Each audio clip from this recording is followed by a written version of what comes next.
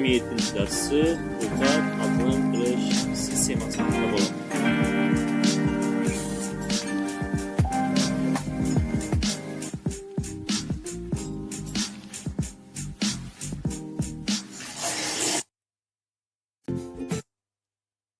Demak, oshqozon haqida gaplashamiz.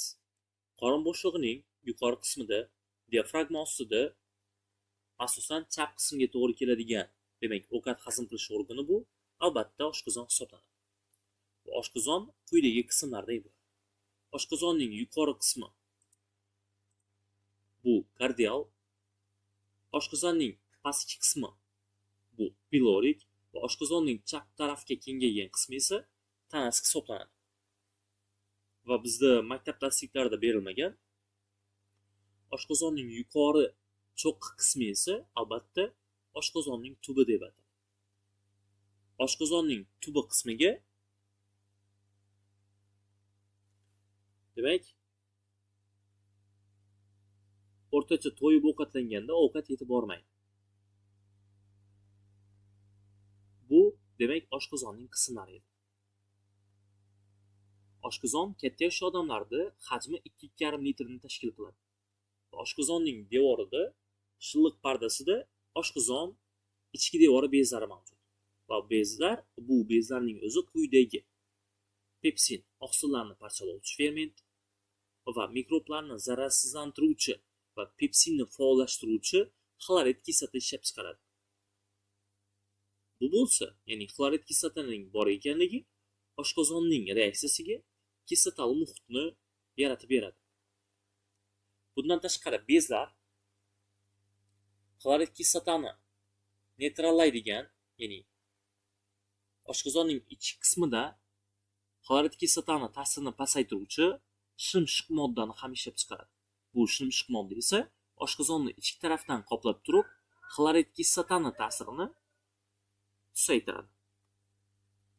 Odatda normal holatda oshqozonda ovqat 4 yoki 8 soat turadi. Bu bo'lsa oshqozonning pilorik qismi bilan bog'liq.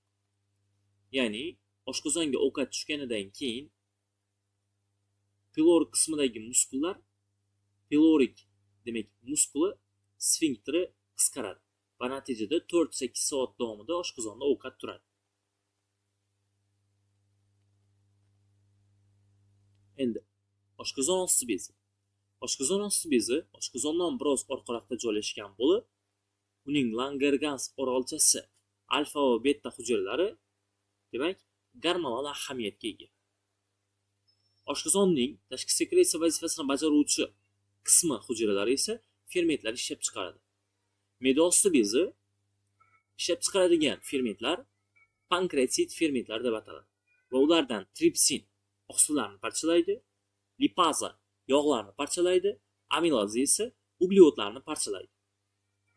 Yuqorida keltirilgan pankreatit fermentlar 12 barmoq ichakka quyiladi. Demak, bu me'da osti bezi, bu bo'lsa pankreatin nay. Pankreatin nay 12 barmoq ichakka ochilgan. Jigar. Jigar bu qorin bo'shlig'ining yuqori sohasida o'ng qovurg'alar yo'yi ostida joylashgan bo'lib, massasi 1,5 kilogramm, ya'ni 1500 grammni tashkil qiladi. Jigar aralash bezlar sifatida o't suyuqligini ishlab chiqaradi va uni o't pufagiga to'playdi.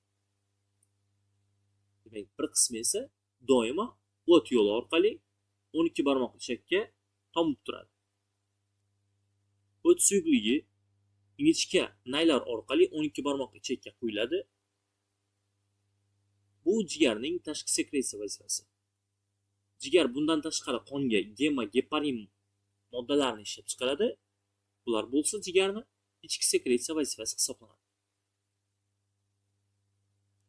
Shuningdek, jigar organizmda filtr organi hisoblanadi. Ya'ni u qonni filtrlaydi va zaharli moddalardan organizmni tozalaydi. Ingichka ichak. Ingichka ichak oshqozonning davomi bo'lib, bu 3 ta qismdan. Demak, sariq rang bilan ajratilgan 12 barmoq ichak eng yo'g'on qismi va demak bu bu rang bilan ajratilgan och ichak va pushti rang bilan ajratilgan esa yonbosh ichak qismlaridan iborat bo'ladi. Yonbosh ichakning oxiri yo'g'on ichakning ko'r ichak qismi bilan tutashgan hisoblanadi. Ingichka ichak katta yoshli odamlarda odam bo'yiga nisbatan 3-4 marta uzun bo'ladi. Bu bo'lsa uni joylashuvi bilan bog'liq. 12 barmoq ichak. 12 barmoq ichak uning uzunligi 12 ta barmoqning kengligiga, ya'ni 25-30 cm ga teng. Unga jigardan o't suyakligi, me'da osti bezidan esa pankreatit fermentlar quyiladi. Pankreatit fermentlar tarkibiga tripsin, lipaza, aminaza. Tripsin oqsillarni, lipaza yog'larni, aminaza esa uglevodlarni parchalovchi fermentlar quyular ekan. Va bu fermentlar 12 barmoq ichakda ovqatni to'la hazm bo'lishiga olib keladi. 12 barmoq ichak ingichka ichakning boshqa qismlariga qaraganda diametrik jihatdan nisbatan katta. Varsinkalar. Ingichka ichakning keyingi qismida varsinkalar joylashgan bo'ladi.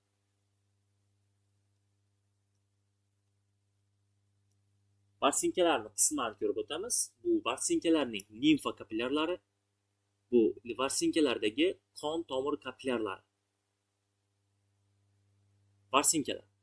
Varsinkalar parchalangan organik moddalarni so'rish vazifasini bajaradi. Varsinkalar devori bir qavat bo'lganligi sababli bu joyda moddalar almashinuvi oson bo'ladi. Varsinkalarning kapillyarlariga uglevod va oqsillar so'riladi. Varsinkalarning limfasiga esa albatta lipid, yog'lar shimiladi. Ko'rib turganimizdek, varsinkalarning devori bir qavat epiteliyadan iborat. Yo'g'on ichak. Yo'g'on ichak ingichka ichakning davomi bo'lib, uni atrofida, demak, ingichka ichakning atrofidan o'rab turadi. Demak, bu ingichka ichakning oxirgi qismi yonbosh ichak. Yonbosh ichak ko'r ichak bilan tutashgan bo'ladi. Ko'r ichak esa albatta yo'g'on ichakning demak boshlang'ich qismi hisoblanadi. Va ko'r ichakda bo'lsa appendix, ya'ni ko'r ichak simon o'simtasi. Ko'r ichakning chuvalchang simon o'simtasi hisoblanadi. Bu ko'tarilgan qism esa yo'g'on ichakdagi ko'tariluvchi chambar hisoblanadi. Bu qism esa ko'ndalang chambar qismi. Bu qism esa tushuvchi chambar qismi. Demak, va sisimon ichak va to'g'ri ichak axlat massasi to'planib turuvchi va oxiri esa demak halqasimon muskuldan iborat bo'lgan anal teshigi hisoblanadi. Demak, yo'g'on ichak quyidagi qismlardan: ko'r ichak va uning chuvalchang simon o'simtasi, ko'tariluvchi chambar, ko'ndalang chambar, tushuvchi chambar, sisimon ichak va to'g'ri ichak qismlaridan iborat bo'lar ekan. Yo'g'on ichakda asosan suv va mineral tuzlar shimiladi. Yo'g'on ichakda ko'plab bakteriyalar yashab, yo'g'on ichak bakteriyalar hisobiga organizmda K vitaminini sintezlaydi. Yo'g'on ichak bakteriyalari, Escherichia coli bakteriyalari yo'g'on ichakda ichak florasini hosil qiladi, ya'ni ovqat hazm qilishni kuchaytiradi. Va bu ichak tayoqchasi bakteriyalari bo'lsa, demak ichak florasini hosil qiladi. Demak, yo'g'on ichakda organik moddalar shimilmaydi. Yo'g'on ichakda suv va mineral tuzlar shimiladi va axlat massasi hosil bo'ladi. Ko'r ichakning chuvalchang simon qismi va ingichka ichakning chegarasi ko'plab limfa tugallari mavjud. Va bular esa ovqat hazm qilish sistemasidagi immun sistema vazifasini bajaradi. Demak, oshqozonda ovqat qizil o'ngach orqali tushadi. Va oshqozonda faqat demak kimyoviy va mexanik parchalanish bo'ladi, ya'ni maydalanish kuzatiladi. 12 barmoq ichakda fermentativ kimyoviy ta'sir bo'ladi. Ingichka ichakda esa demak so'rilish, sorpsiya bo'ladi. Bu albatta varsinkalar hisobiga. Bu joyda ozuqalar shimaladi. Yo'g'on ichakda esa fermentatsiya, bakteriyalar ishtirokida fermentatsiya bo'lib, suv va mineral tuzlar yo'g'on ichak qon tomirlariga shimiladi. Va yo'g'on ichakning oxirgi qismi to'g'ri ichakda esa suv va mineral tuzlarning shimilishi natijasida axlat massasi hosil bo'ladi. Hosil bo'lgan axlat massasi, demak, anal teshigi orqali tashqi muhitga chiqib ketadi. Ya'ni yo'g'on ichakning to'g'ri ichak qismi muskullar qisqarish xususiyatiga ega bo'lib, uning qisqarishi natijasida axlat massasi tashqi muhitga chiqadi. Ovqat hazm qilishni o'rganish metodi. Ovqat hazm qilish jarayonini o'rganishni eng birinchi bo'lib Basov, rus olimi boshlab bergan. Va u itning oshqozoniga fistula qo'yadi. Lekin uning tajribasi muvaffaqiyatsiz kechadi. Sababi, demak, Basov it luqmasini yeyotganda, ya'ni ozuqasini yeyotganda, u oshqozonga borib tushganidan keyin itning ovqati bilan oshqozon shirasi aralashib tushadi. Bo'lsa, oshqozon shirasini to'liq o'rganishga, ya'ni aniq o'rganishga imkon yaratmaydi.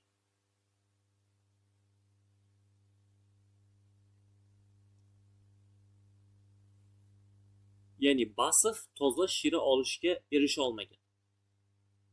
Pavlov esa uni ishini yanada mukammallashtiradi, natijada qizil o'ngachni tashqariga tikib qo'yadi. Va it ovqatlanganida uni yegan luqmasi, ya'ni ozuqasi tashqi muhitga yana qaytib chiqib ketadi. Va lekin oshqozonda reflektorlik ta'sirida hosil bo'lgan oshqozon shirasi esa zanglamaydigan tayoqcha fistula orqali, demak, idishga yig'nab olinadi. Va bu idish tarkibidagi suyuqlikni o'rganish orqali esa biz oshqozon shirasini to'liq tahlil qilishimiz mumkin. Bu birinchi bo'lib oshqozon shirasining tahlil qilinishi Pavlov tomonidan toza oshqozon shirasini ajratib olish orqali amalga oshirildi. Endi hozirgi kundagi hazm qilish organlarini o'rganish metodlari. Rentgenoskopiya. Rentgen nurini o'tkazmaydigan bariy sulfatli moddadan tayyorlangan bo'tqa ichiriladi. So'ngra hazm qilish naylari orqali rentgen nurlari yuboriladi. Va rentgen nurlari yuborilgandan keyin rentgenogramma tasviri hosil bo'ladi. Va bu tasvir esa hazm qilish naylarini har xil qismlarini, chegaralarini aniqlashda ahamiyatga ega. Endoskopiya. Bunda hazm a'zolari maxsus endoskop, optik apparat yordamida aniqlanadi. Bunda naycha, demak, ovqat hazm qilish sistemasiga yuboriladi va bu orqali esa hazm qilish a'zolar va sekret yo'llari o'rganiladi. Endoskopiya nafaqat ovqat hazm qilish, balki boshqa organlarning faoliyatini o'rganishda ham muhim ahamiyatga ega.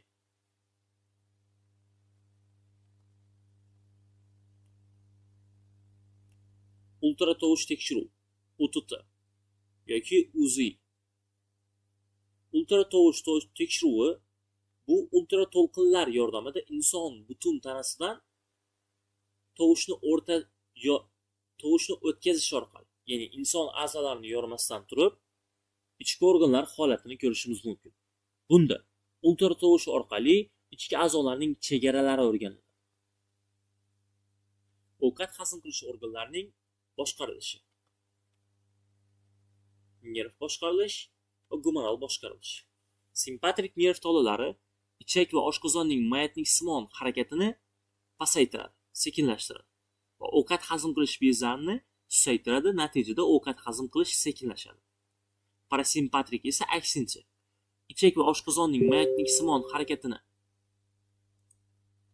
kuchaytiradi va hazm qilish bezlarini faollashtiradi. Natijada esa ovqat hazm qilish kuchayadi. Gumonal boshqarishda gipofizning ba'zi bir gormonlari hazm qilish faoliyatini kuchaytiradi.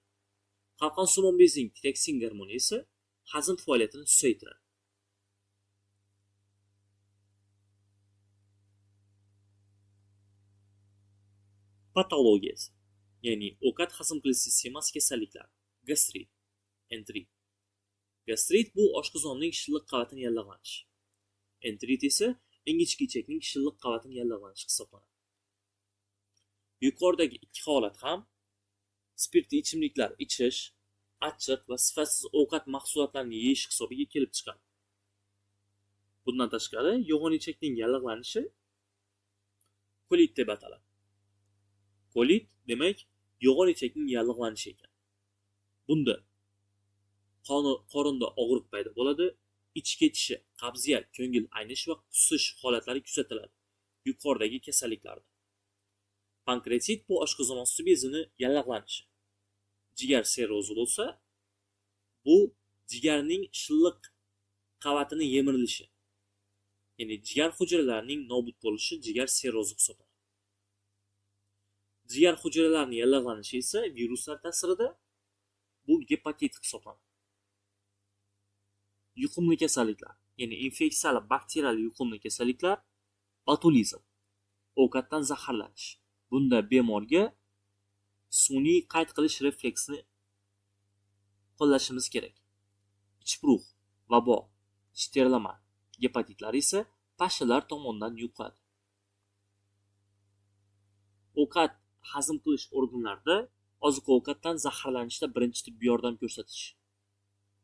Sifatsiz mahsulotlar va oziq-ovqatlar zararlanishiga olib kelishi mumkin. Bunday holat xavfli hisoblanadi. Sababi butun organlarda zaharlanish bo'lib, organlar faoliyati fiziologiyasi buziladi. Qon aylanish, nafas olish, jigarning shikastlanishiga sabab bo'lishi mumkin. Zaharlanish belgilari: bosh aylanadi, qorin og'riydi, ich ketadi va qayt qiladi. Agar zaharlanish belgilari paydo bo'lsa, darhol oshqozondan olib tashlash kerak. Ya'ni sifatsiz mahsulotlarni oshqozonda tozalash kerak. Ya'ni oshqozonni yuvish kerak. Dastlab birinchi tibbiy yordam jihatdan biz bir necha stakan iliq suv ichamiz.